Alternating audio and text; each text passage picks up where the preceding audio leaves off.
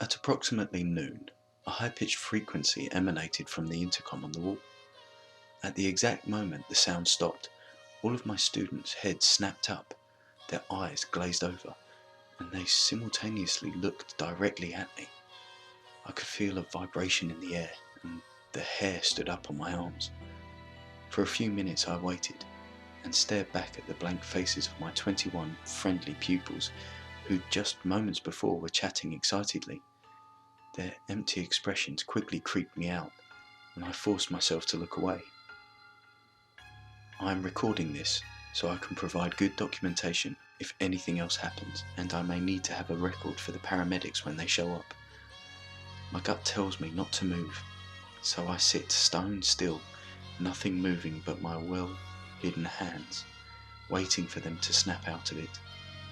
My only guess as to what happened is the sound triggered a mass seizure that only adolescents are susceptible to. You know, like those tones to test how old your ears are. Maybe adults can hear the frequency, but it doesn't alter our behaviour because our brains are fully developed. Whatever it is, I need to write the details down.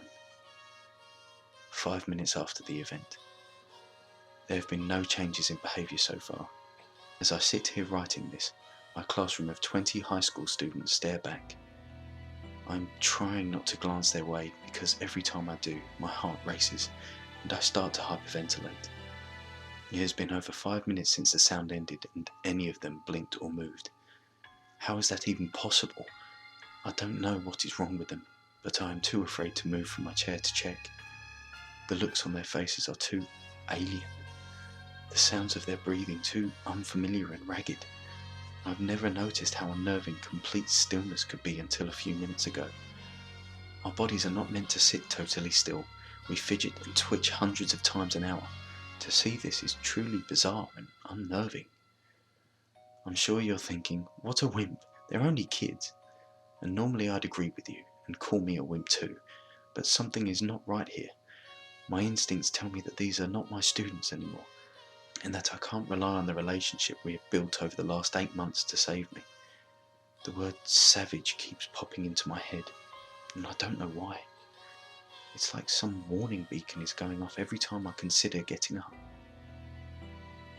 10 minutes after the event. Still no changes. They're just sitting there, unblinking, gazing in my direction. I think I'm gonna cry. I'm so scared that something is really wrong with them. I want so much to get up and check, but my legs are paralysed with fear. Since this all began, not a single person has walked down the always busy hallway. It's as if the school has shut down. I can't hear any noise coming from the other rooms, and I'm too far away to see out of the door. Could this be happening in other rooms as well? I have to make a plan to get up. I'm going to sit tight for a few more minutes and figure something out. 15 minutes after the event. Okay, game plan. I think I might chance grabbing my cell phone out of my drawer and texting my friend Jessica across the hall. I just have to be careful not to draw their attention. I'm slowly going to open my drawer and grab it out. 20 minutes after the event. Fuck! Well, that didn't work. I was shaking so badly that I dropped my phone on the floor, making a huge noise. They responded to noise by mimicking the sound. I mean, holy shit. All 20 students just simultaneously and perfectly recreated the sound of my phone hitting the floor. I have never before witnessed anything so terrifying in my life. I can't stop shaking, and I can't chance hearing that sound again, ever. 30 minutes after the event, I have finally composed myself enough to begin recording again. But man, are my nerves wrecked. I can't get that sound out of my head. Human voices do not make that noise. Do our vocal cords even possess the ability to mimic in that manner? There is no way. My phone is still on the floor. I really need to get it back in an attempt to contact Jessica, but I'm so afraid. Okay, I've got to do it. It's now or never. I'm going to reach down slowly and pick it up. Maybe if I keep my eyes locked on them, they will not notice. Shit! Now I know what they'll do if you move. They move too. All of my students are now standing and staring at me with smiles on their faces. I thought the blank looks were disturbing. This is unnerving on a whole other level. Those wicked smiles. I have never seen any of these kids smile like this before.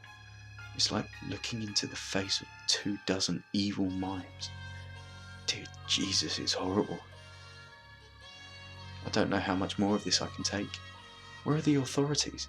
Where are the principals? Why hasn't anyone come to check on us yet? Am I losing my mind? The classes are supposed to transition in another 10 minutes, and then I will know for sure if it's just my students who have been affected.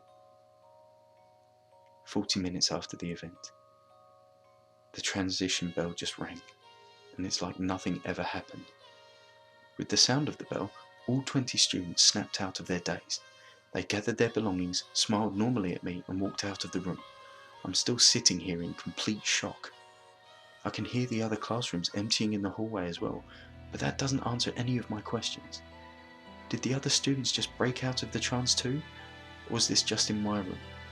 I'm going to go check on the other teachers and students to see if this anomaly occurred anywhere else.